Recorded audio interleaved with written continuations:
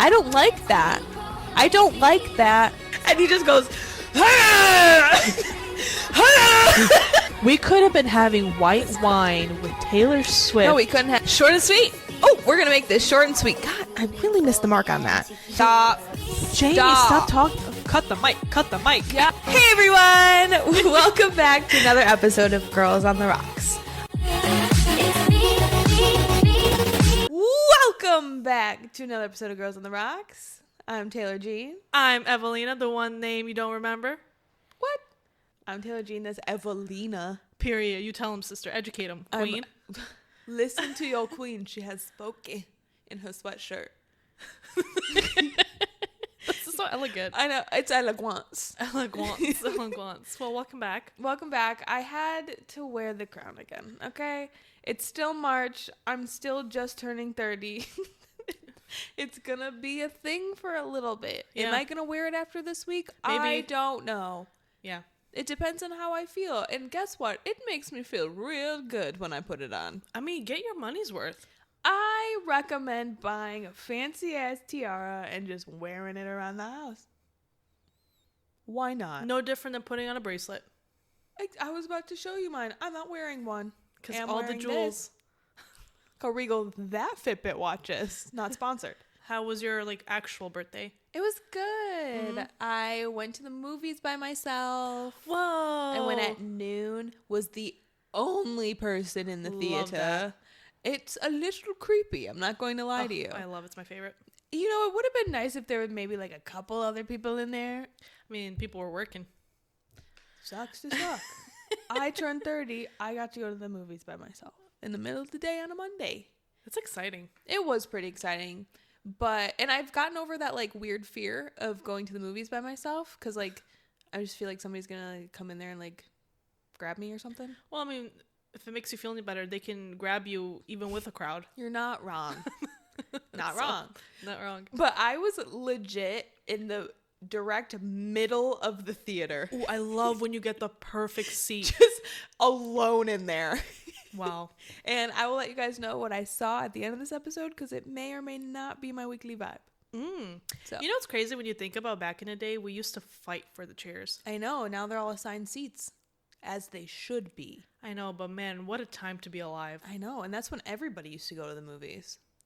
You used to be like, yo, we gotta get there at least 20 minutes before to get a good seat. At least. And God forbid you have more than 2 people with you. God forbid. You ain't gonna sit together. Mm-mm. Somebody's gonna be over there. You better bring a buddy and try to sit next to each other because all 4 of you for sure ain't. No. Wow. And they all used to be the stadium seats. Yeah. Uncomfy as heck. Yes, queen.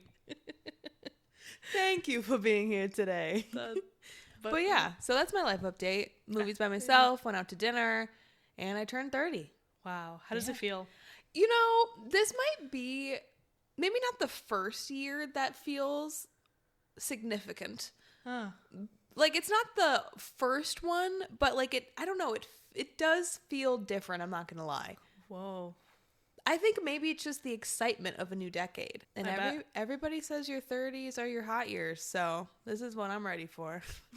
I don't use that face jade roller for nothing. Period, sister. Snitch! But anyway, let's jump into what you came here for. First of all, thank you for being here. But the first topic, which is near and dear to my heart because I grew up with these people. Near and dear. And the party is coming to an end on MTV. Okay. That the Jersey Shore Family Vacation will conclude its run with 18 final episodes this year. And that is beginning Thursday, May 7th. And when I first saw these posts, because it kept saying at the end of an era, all these things are ending, yada, yada, yada. But then I kept seeing on Mike the Situation's post, he said that the network is changing and that their story is going somewhere new. So it doesn't sound like the show is 100% ending. So I'm wondering what that actually means. It seems like they're doing the same tactic they did with the Kardashians. You know how they're Keeping Up with Kardashians is over end of an era. And then Hulu took them. And then Hulu, Kardashians. So I'm wondering if they're going to do the same exact thing. Probably. I wonder, Hulu has more than enough money to buy Jersey Shore. Yeah. I mean, but also I can't imagine that they're pulling in big numbers. Oh, no, they haven't for a while. Yeah, because a lot of the comments I've seen, the people who watch it, who've been like huge fans for a long time, have said like they're in the best way possible. They're boring because they're adults. They're not doing anything crazy. Somebody wrote, all they do is they go out for appetizers and they yell at Angelina. Yes. I was like, I'm dead. I still watch it. But it's because for me, it's the whole nostalgia thing. Like, I just love these people, and like just watching them like grow into actual adults has been pretty cool. But you're not like these people are not wrong. Like every episode is them like going out to eat or going to see Pauly D DJ and then like yelling at Angelina about something. Like that's literally funny. Every episode, and the only ever like drama is Angelina. Like that's the only issues that they ever have every single episode. Rightly so, because she's the worst, but it's kind of bad. Yeah. But not wrong. But if the show's not ending, they're still gonna be going no matter, I guess, how low their views have been. I mean, they got one view. they have to get a paycheck somehow. Yeah. I mean, they got a lot of stuff going on. Yeah, but probably not as successful as Jersey Shore. No, nothing. I don't think will ever be as successful as Jersey Shore. Correct. That. Because let's just be honest, that's kind of where their talent starts and ends. Talent's funny. Yeah. It's a wild word to use for them. But yeah, this is where I learned to party, and maybe that's what my problem is. That's who made you who you are this decade. Yeah, tune in for my party this weekend. We'll see what they taught you. You don't want to see what they taught me. Meatball days are my favorite days. Period. Drinking and dancing. That's it. That's it. And that's it. And that's it. But we'll see where they go. Stay tuned. We'll let you guys know once we know. Yeah. But kind of along the same lines of the cast, I did see, unfortunately, Snooki does have stage 1 cervical cancer.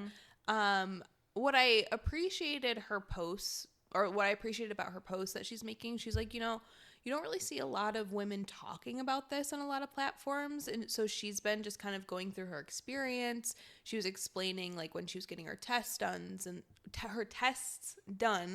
and like the results and stuff like that. And it seems like she's in pretty good spirits because since she's in stage 1, she said that they were telling her that like they caught it early. They should be able to get rid of everything. And so we'll see how everything goes because she's documenting everything, which I think is it's nice to like see someone go through something that you are and not feel so alone. Like not saying I have that, but just I'm guessing for other women. Yeah.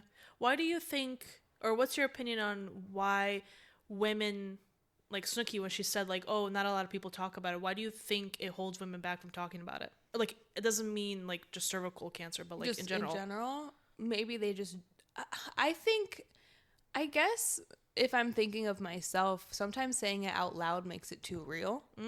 Good point. So kind of documenting something like that, it's like putting out to the universe that you understand that you're sick and maybe it makes them act sick, if that makes sense. Oh, that's a good point. Yeah. I was thinking along the lines of maybe one of the reasons is women are so scrutinized in general. That is on social media. And life. Everything.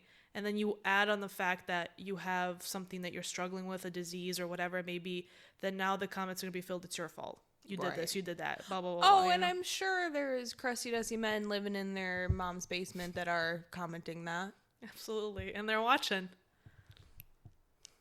Hi, you're a loser. I blocked you. Now that we said that, I was watching a fellow TikToker, shout out Jezebel, and she gets a lot of hate because she utilizes heavily the delete and block button. And people be like, that's her prerogative, and my prerogative, and your prerogative, and we use them a lot. Isn't that so silly that people get so hyped up about that? Yeah, like this is our platform. I'm going to keep my mental health stable. Right. The way you feel comfortable saying it, I feel just as comfortable deleting it. Correct.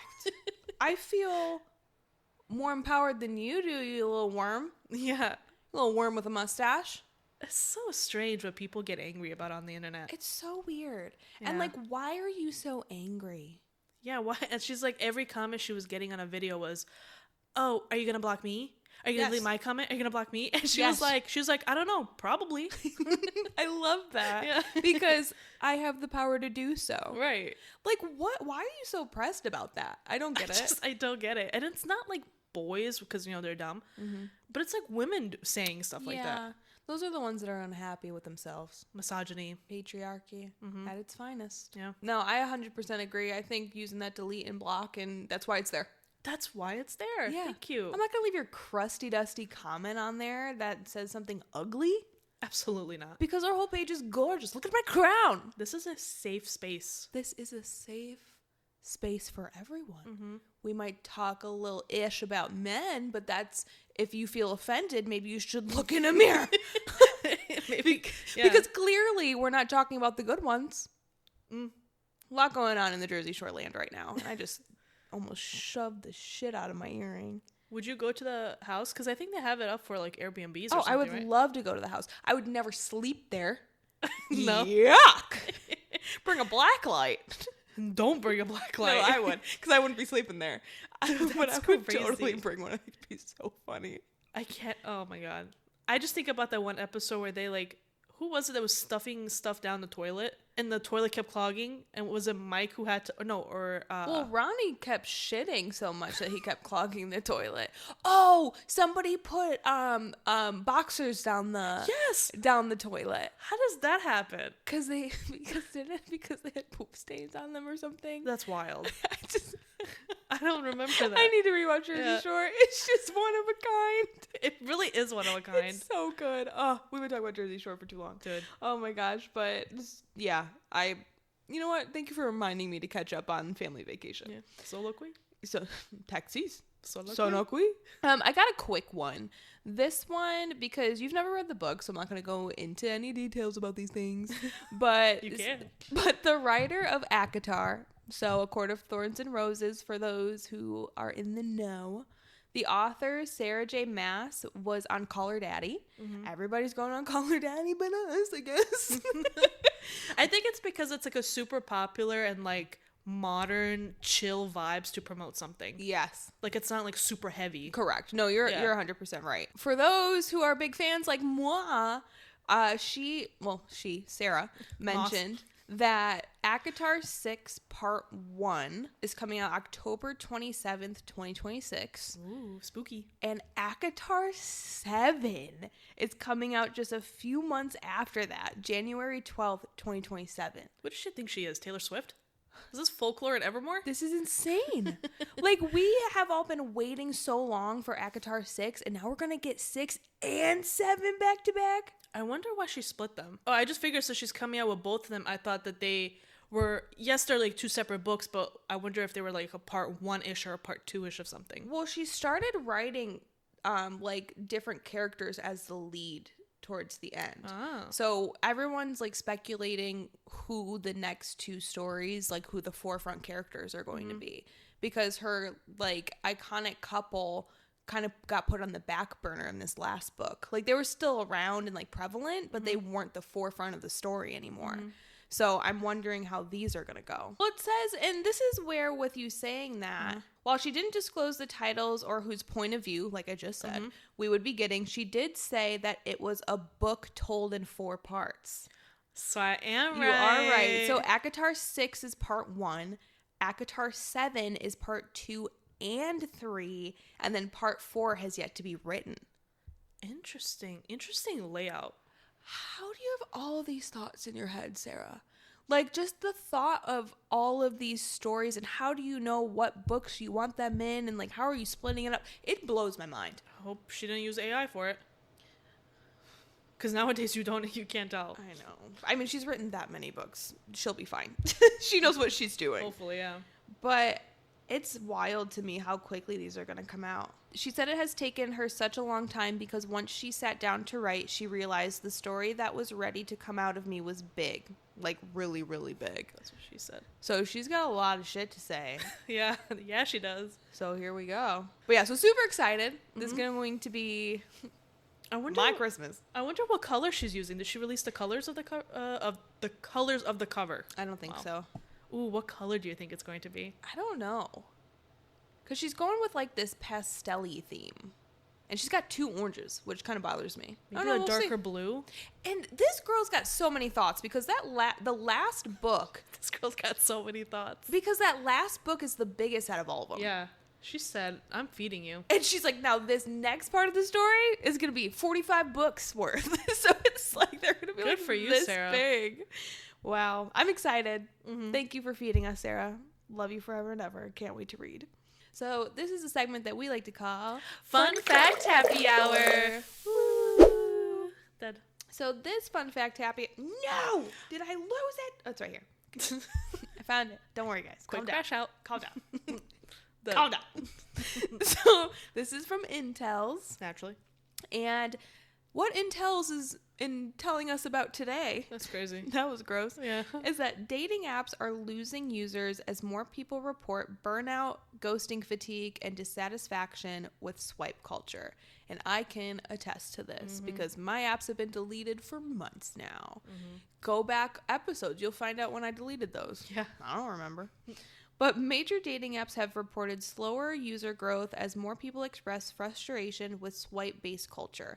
Surveys show rising complaints about ghosting, superficial matching, and emotional fatigue. And I'm also tired of swiping past the same people all the time. Fairly, we've all been single for the past million years. Yeah. Market data indicates that companies like Match Group have seen subscriber declines in certain quarters. Analysts suggest that users are seeking more intentional connections rather than endless scrolling. Duh, like the olden days. Sociologists say digital dating behavior is shifting as users prioritize authenticity and offline experiences over algorithm-driven matches. Source, Financial Times. So in other words, we want to meet people in the wild. And I have been saying this for months now. Because it's just much more natural. Authentic, natural. Real. It's easygoing. To me, online dating is too much of like looking at a catalog. Correct. It's way too superficial. Way too, yeah. And you don't get into like the nitty gritty conversations because you've never met these people.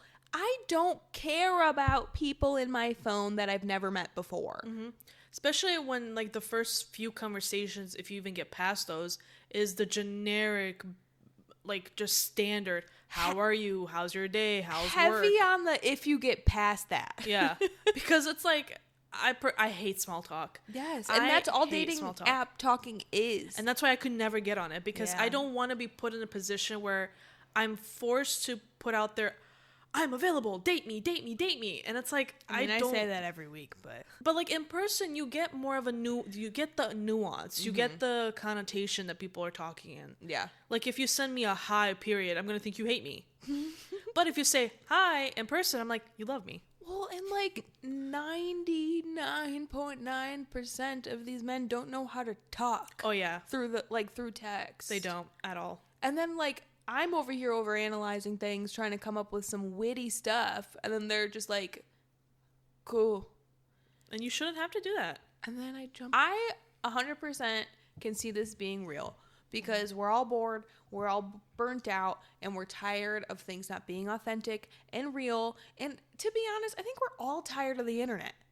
Yeah, big time. Not these shows, because I'm wearing a crown, and you guys are so entertained right now.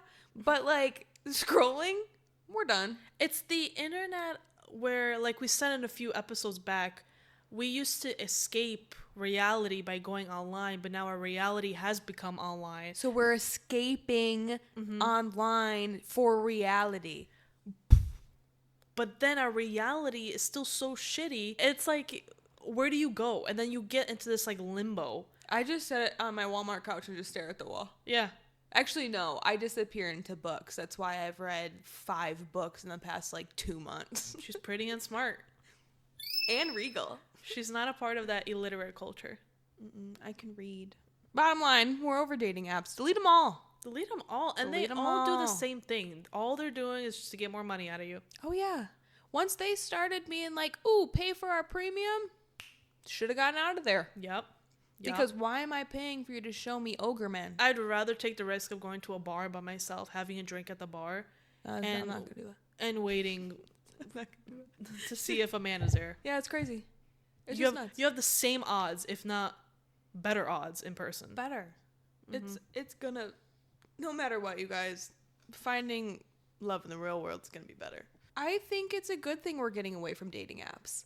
Like, let's stop living through our phone so much. So there's your fun fact happy hour.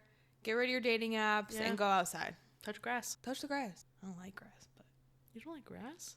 Who says that? it's a whole story. You don't like grass? I haven't liked grass since I was a kid. I am confusion. Who traumatized you with grass? My whole family asked me that, and I don't know. So I let you guys know that Kyle Cook and Amanda Batula had split. She did an interview, Amanda did, recently, and she stated that everyone wants this big Ariana Madix moment, which, if you guys are unfamiliar with Scandival, go look at our episodes about it, Google it. But it was this whole big breakup fiasco because Tom Sandoval cheated on Ariana Madix with one of her close friends. So it was a terrible, messy breakup. But it was what a time to be alive. Oh, it brought that show back to the forefront of everyone's mind. Yes. But anyway, I digress. So, backtracking. Amanda stating, everyone wants this big Ariana Madix moment for women who go through a breakup. But her situation was so different and so awful. There's really no comparison. Kyle and I are good. So my question surrounding this is, do all breakups have to be dramatic? And can you split up amicably? I think no and yes. I'm saying no for the, like, they don't have to be dramatic, and yes, you can split up amicably. I mean, I see why people are trying to make it like a Ariana Scandival thing because it was good television. Right. And when you're looking at it from a business side, oh my God, you would love a second one. Right. But realistically, not everybody has a big blowout. Not everybody hates their ex. Not everybody is like, you're a shitty person. You cheated on me. You did this, that, and the third. Sometimes it's just, I don't really like you anymore. Right. And I think people are kind of scoping them out recently because, like, Amanda's been posting a lot since the breakup, and there was a carousel that she posted where you could see Kyle in the picture. Like, it was a group of them, like her, their friends, and he was like on the other side of the table. And people were like freaking out, like, why is Kyle there? Blah, blah, blah, blah, blah. Like, their relationship was pretty, like, not great. Like, you knew that there was love there. Like, you could see it. You knew it was there, but they could just be so toxic with one another. Like, Kyle, he just is too much of a partier and won't settle down enough to, like, make Amanda want to settle down with him fully, like, have children and things like that, which no blame on either side. Like, you guys knew who you were marrying when you got married. And they just happen to be at two different places in their lives. Exactly. And they've realized this, and they both decided that they should get divorced. And it's sad. Like, I feel like any breakup is sad. Oh, of course, yeah. But I think she's 100% right. Like, it doesn't need to be this huge blow up. I mean, I'm not friends with any of my exes, but she also isn't stating that they're friends. No, yeah. It's just, at the same time, they do have a business together. Correct. They do run in the same... her name's not on it at all. A business? Terms and conditions apply? They run in the same circles. They're in the same business, so to speak, in terms of reality TV, influencing, things of that nature. And they're about to be on that new spin-off show together. Like, they're still on Summer House together. They're going to be, I think it was called City Life. Yeah. Like, they're still going to be co-workers. Yeah.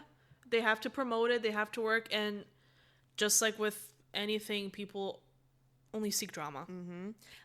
I have noticed in a lot of her pictures, there's this one guy, his name's West, from Summer House, that they've been kind of, like, hanging out a lot. Like, granted, they are also co-workers. They're from Summer House together. But I just saw an article today that people are saying that they saw them hooking up.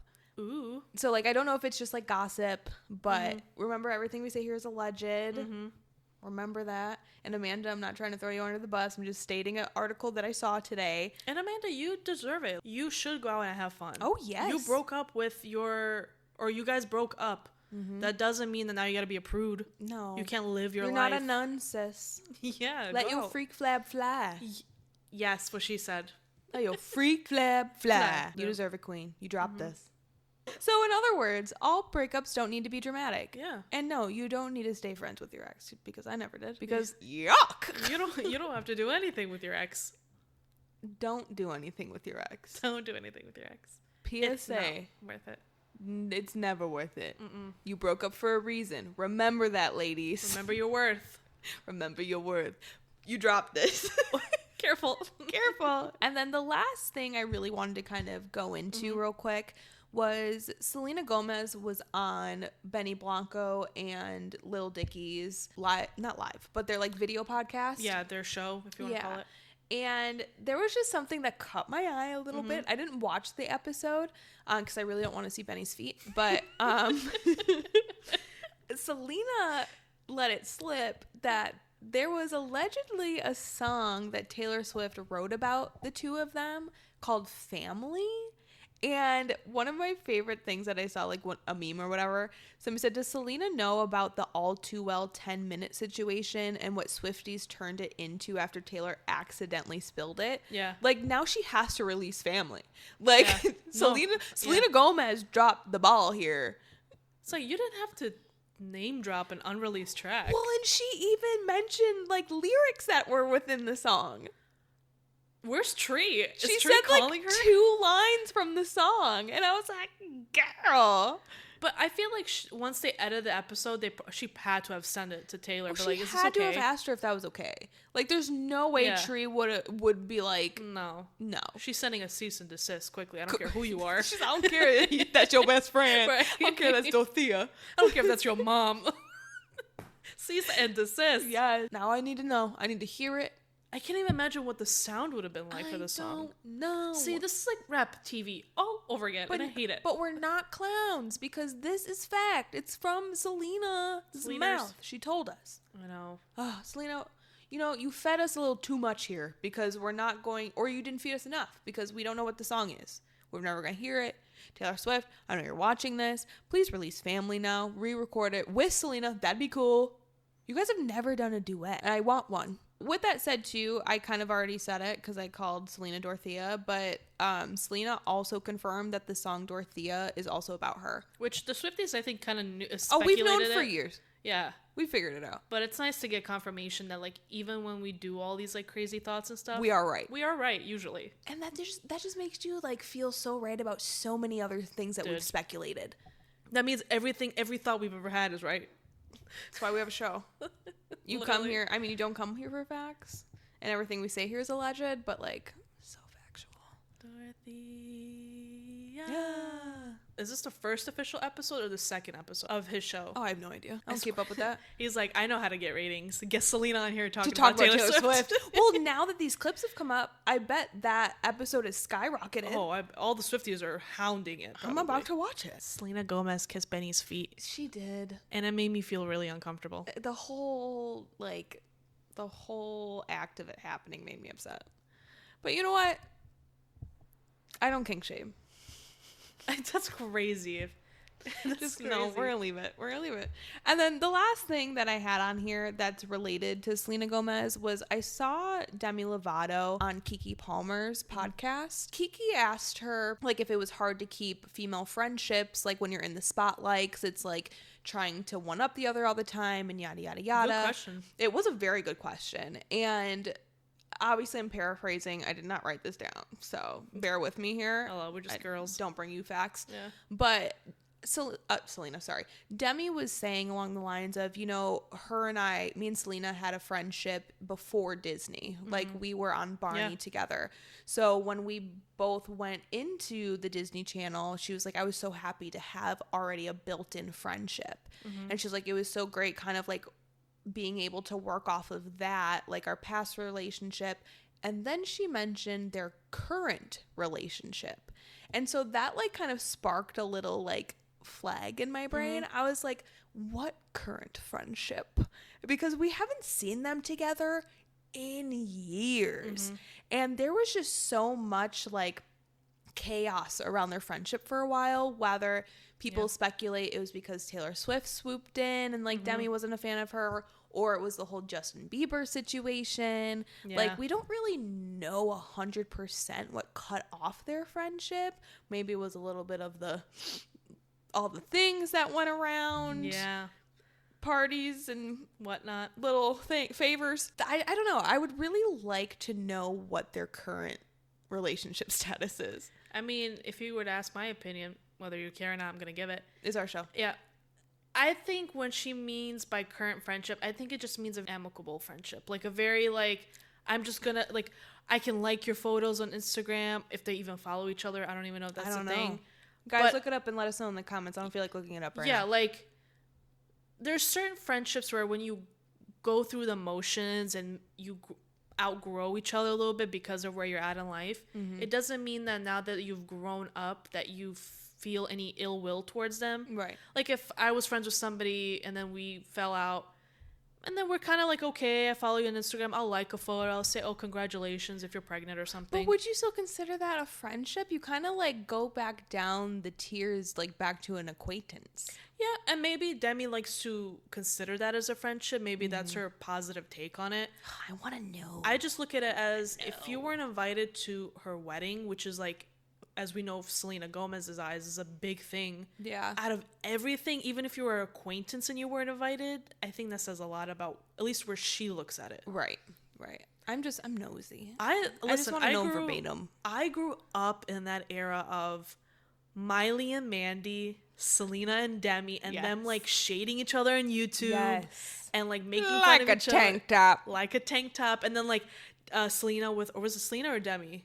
No, it was Selena when she did like the hair. And she's like they all had that hair. Oh my God. That was prime YouTube teenage drama. You guys, that's when YouTube was like the best. The best. I mean, it's great because we're blessing you with our presence now. Back then, because you would see so many celebrities just like raw dogging YouTube. Yeah, and it wasn't like a full production. It wasn't 4K, HD. One of the best YouTube videos out there, and we'll wrap this up, was when like Justin Bieber, Ashley Tisdale, Selena Gomez, they all did that like music video. Wasn't it to Carly Jepsen's Call Me Maybe? Yes. Yeah.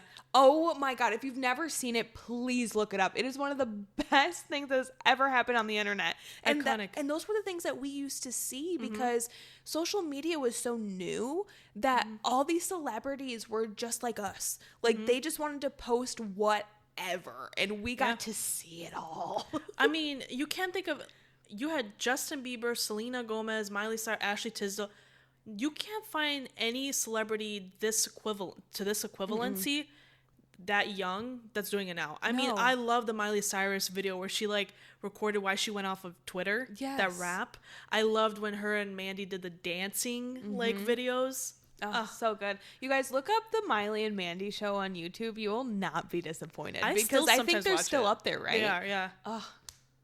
And that iconic Miley's room where it's like pink with like the black chandeliers. Oh my God. You guys look it up. You will not be disappointed. That wraps up our pop culture for today. I hope you enjoyed our conversations. I promise I won't be wearing this crown forever, but I'm loving life right now because I look great in it. Listen, it looks like it was made for you, and I think that's a sign. Thank you. That I'm a queen. And this is what we like to call Weekly Vibes of the Week. Boom, ba-doom, bow. Yeah. Period. So my weekly vibe this week is the movie that I saw solo on my birthday this week, and it is Wuthering Heights. And I am putting the quotes on there for people who are not watching the YouTube but are just listening because it is the like creator of the movie's rendition of Wuthering Heights. So it's not exactly the book. To keep this short and simple, short and sweet, incredible movie. I was sucked in from the first scene because it is in. I'm not giving you much detail, am I? It was just so great. But like Jacob Elordi and Margot Robbie, their chemistry is out of this freaking world. Oh yeah? Like I have never been so like enthralled and turned on. Yeah. Yeah. Great. I was the only one in this theater, by the way. Oh yeah. But it is a romantic tragedy. Classic. So I am just bawling my eyes out, sobbing in this theater alone. Let me tell you how humbling this is. No one's around, and I'm just. That's the best time, girl. Oh my God, I highly recommend it. I really don't think you will be disappointed. It might be one of the best movies I've seen in a long time. That's wild statement. It is so good. It is so good. I think what would have helped that movie is if they maybe named it something else and said inspired by Wuthering Heights. Well, that's what the quotes mean. Right. No, I know that's what the quotes mean, but I think them selling it as just Wuthering Heights and kind of selling it, and then people going in with that book expectation, disappointing people. But you can't, because she literally says it's not the book. Well, yeah, she says in her promos, but when you're just a regular person watching a trailer, like, you're going in with the expectation it's like the original movie. I don't think people were, though, because when people saw the trailer, they said, tell me you didn't see the book or read the book without telling me you didn't read the book. Because main guy is different. Right. Yeah. So that's the biggest thing. Take that for what you will. Yeah. If you go into it thinking it's the book, you're dumb because everywhere they tell you it's not. And like they take themes and like actual moments from the book, but so that's why she can call it Wuthering Heights, but that's also why the quotations are there. Do we not know grammar? Wuthering. Yeah. I want to say Werthers. Or was it Wuthering? Go see the movie. It is so good. You won't be disappointed. And it makes me want to read the book, even though I know it's going to be a little different. It's a thick book. I own it. And it's not that it's just thick. It's in that old-timey language. Nice. Because Wuthering Heights is Bella Swan's favorite book in Twilight. So I have owned... no way. I have owned this book since Twilight came out. That's wild. That's vintage. I have read 2 pages. Can't get through it. Yeah. I can't... My brain can't comprehend what I'm reading. That would probably be a good audiobook then. No. No? What the hell are you saying? I don't know what you're saying. I can't read it. I can't hear it. I don't know. I'm going to try again because it was in high school I tried to read it. Well, your brain Attention is growing. span. Yeah, my frontal lobe has developed. I am 30 now. Yeah. So I'm an adult. Maybe I could get through it now. Yeah. I need to find it. I don't know where it is, but we'll see. Wow. So stay tuned. Stay tuned. I'll let you know if I've read the actual no quotes Wuthering Heights. No quotes. No quotes. For those just listening, I hid my hands. But anyway, Evelina, what's your weekly vibe? My weekly vibe is kind of a throwback. I started listening to Somo again. Oh. And he popped up on one of my playlists randomly. I said... Yeah. Right. Yeah. That's also a high school tune for me. He popped up and I said, I haven't heard this voice in years. Oof, yeah. And I just went through the whole album and I said, wow. What a vibe. If you were a Tumblr girl, if you were... Was this even around MySpace? Probably. MySpace, maybe. Oh, maybe... Definitely Tumblr. If you were on Yeah. Tumblr, you were on there and you knew about him. But I used to have such a crush on him. I saw him live when he was at the House of Blues in Chicago. Don't even remember what year. I think I was in high school. Okay. But front row, I remember seeing it. I was like, wow, he's so hot. Wow. Before phones, so I don't have any proof. Guys, oh my god. Just, my hands are sweating. Like, he could have been the Jesse McCartney. The, like... You know, he re-recorded Ride. Yes, I saw his TikTok. He has a kid. He's a full-grown man. We all grown. I'm 30. Grown. And God, if you haven't listened to it, listen to it. It's just really good. Mm-hmm. Would you consider it R&B? Yeah. Like R&B pop, maybe? Yeah. Oh, so good. So good. So sensual. So sensual. And his voice? Listen to that on your way to the theater to watch Wuthering Heights. You're gonna need an umbrella for your pants. Uh-huh. Make sure it's leather seats. Take that. You slide right off. Anyway, there's your weekly vibes. We're so happy to bring you all of these things to try, listen to, read, watch, feel, touch. Thank you guys for tuning in every week. We really do appreciate everything that you do for us. You could do a little more if you'd like, by liking, commenting, sharing, reviewing. Tell all of your friends about us. Tell them that sometimes a queen appears. Look how gorgeous she shines. But anyway, follow us on all of our socials. Everything is listed down below, Girls on the Rocks podcast. And you can find our individual socials down below as well, too. I made my TikTok not private anymore. Wow. Maybe I'll post something, maybe I won't. So maybe regal. Follow me and you'll see if I do. It's like her Jubilee. It was a Queen reference. Yeah. Okay.